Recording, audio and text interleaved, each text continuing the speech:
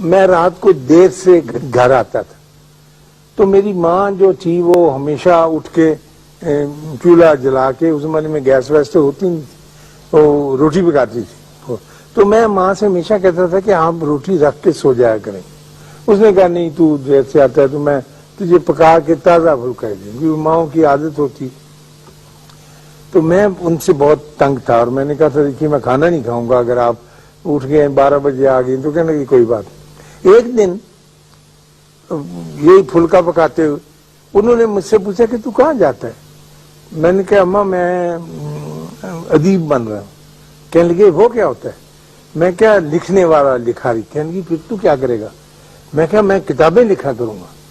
تو کہنے لگے جو اینی آگے پہ یہ کتابیں ہونا تو کی بنے گا؟ میں کہا نہیں وہ تو جھوٹ ہے، کچھ نہیں، میں اور طرح کا رائٹر بنوں گا اور میں سچ اور حق کے لیے لڑوں گا اور میں ایک سچی بات کرنے والا ہوں۔ اس زمانے میں یہی اب بھی ہے۔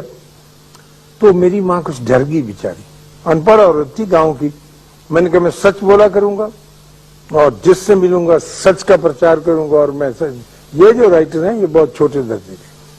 تو مجھے یاد ہے اس کے چمٹے میں پھولی ہوئی روٹی تھی، اس نے میری طرف دیکھا چہرہ کر کے تو کہنے لگی کہ اگر تو نے یہی بننا ہے جو تو کہتا ہے اور تو نے سچ ہی بولنا ہے تو اپنے بارے میں سچ بولنا، لوگوں کے بارے میں بولنا نہ شروع کر دینا۔ بالکل ان پڑھ عورت کی بات۔